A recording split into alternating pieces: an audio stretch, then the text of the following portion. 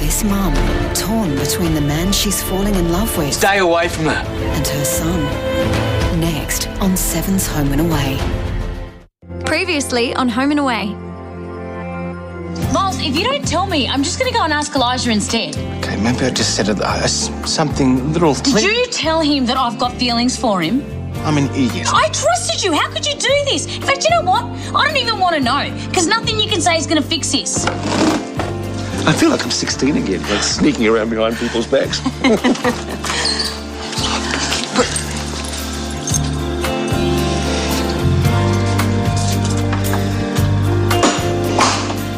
I just thought she'd be getting you to do the grunt work. You know, answering phones, getting her stuff. Okay, I know the fashion world isn't all glamour, but I'm pretty sure she didn't hire me to be her office slave. Yeah, Britt, I'm just on my way in now. Yeah, sure. How do you have it?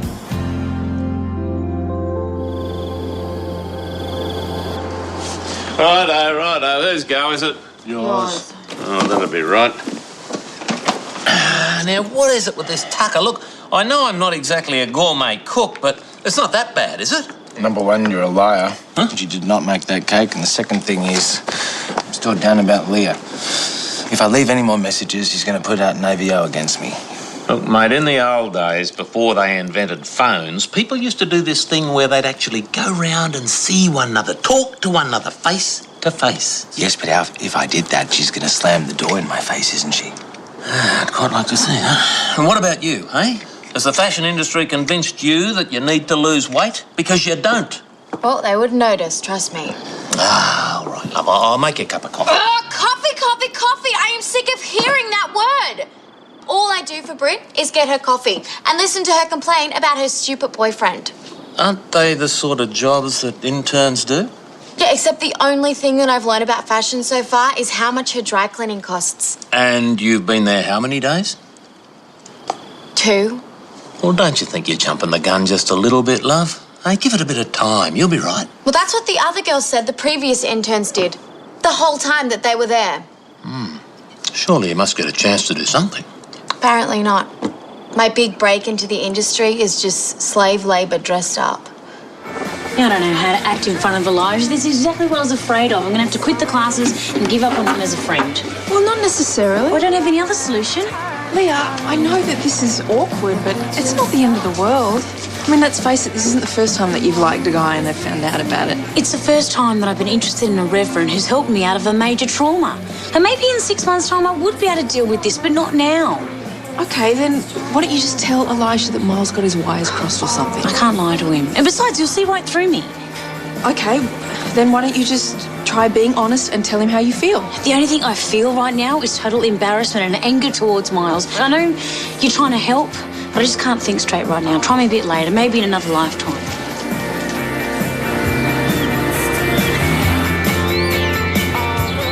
Xavier, please, we have to talk about this sometime. You can't give me the silent treatment forever. That's not going to fix anything. Hello? Hello? Hi, Mrs. Austin. Is Xavier ready? He hasn't actually surfaced yet. Oh, well, if he doesn't hurry, he might be late. Or does he have a note from his mum to give to the principal? Yes, the principal let him sleep in. Is everything okay? Oh, yes.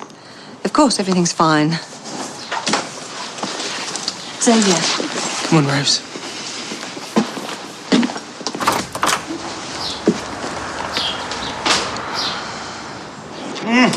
Where are the keys? What's the emergency? I'm in a hurry to go over to Leah's. I thought about what you said last night. I think you're right. I'm going to see her in person. And if she slams the door in your face?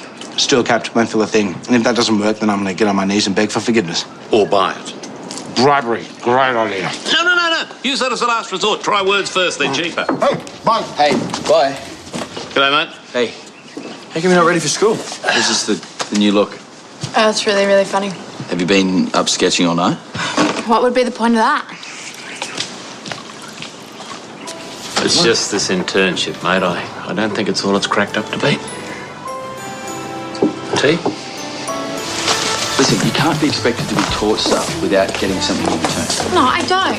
I'm working really hard. You know, they say that I'm the best intern I've ever had. It's just that I'm getting nothing for it. Yeah, but it's only early days, Nick. I mean, just because the other interns are treated like that doesn't mean you're going to be.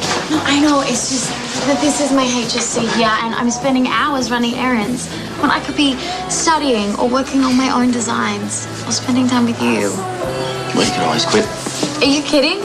This is the best opportunity ever. No one gets an opportunity like this. That's right. So you know what you have to do.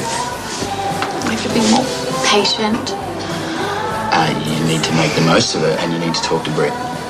Well, I complained to her about the huge favour that she's doing me. I'll sound like a pushy princess. You're forgetting the fact that she thinks that you're really talented and wants to develop it. Okay, so if that's not happening, you've got every right to say something. No, when you put it like that. No, when you put it like that. To Brett. Okay, I'll talk to her today. You're a genius. I am a genius. I can't believe they did it. Like, did it in your house on a school night. Keep it down. And please don't plant any more images in my head. I'm gonna need enough therapy as it is. Okay, are you sure they actually, like, you know, maybe you got it wrong? I wish. There's no mistake. Mum's been hassling me to talk about this all morning. I just don't get it. Well, they have been hanging out for a while. They are, like, friends. Yeah, but now they're really good friends. What's she thinking? You know, she had a brain meltdown? Well, maybe she's seen another side to him. There's only one side to Palmer, and that's really evil. Okay, so what are you going to do? Wait until she comes to her senses and dumps him, I guess. Is that going to happen? Better. I can't even look at her. Xavier? Not good. No, it's not good. You want to have a chat?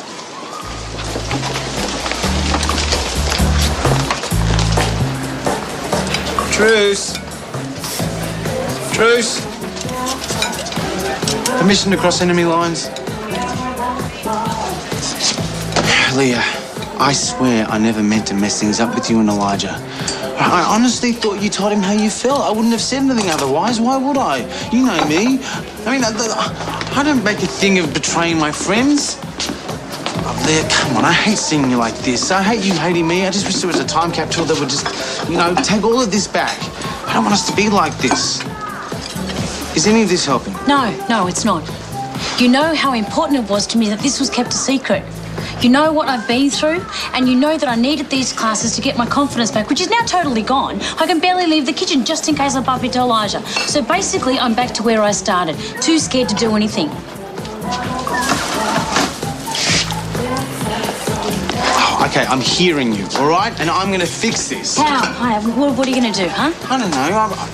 Maybe I'll talk to Elijah and I'll just find out. No, you will not. You've caused enough trouble as it is, okay? Please. No.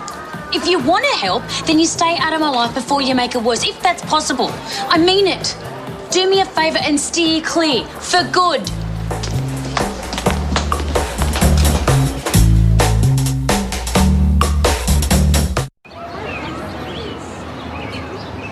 And now Xavier's giving me the silent treatment.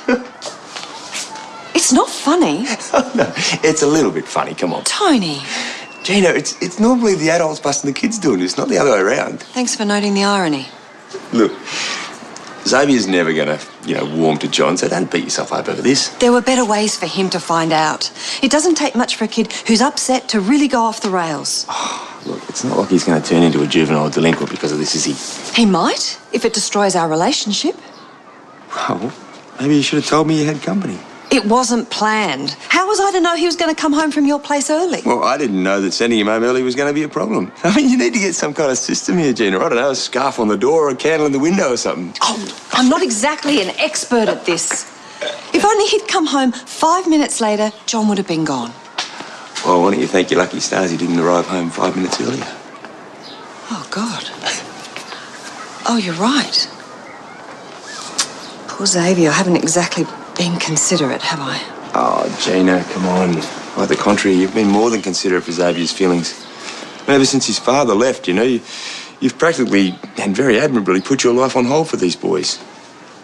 You haven't even stopped to consider for a second that what happened between you and John might be a good thing in your life. But you can't stand John. So what? You can. And I love you, so I'm just going to have to get used to it, aren't I? And so is Xavier. Look, if you think it's going to help, maybe I can talk to Xavier and see if I can get him to see sense. Oh, Tony, could you? That would be great. No worries. Now, on another matter... Forget about the boxing.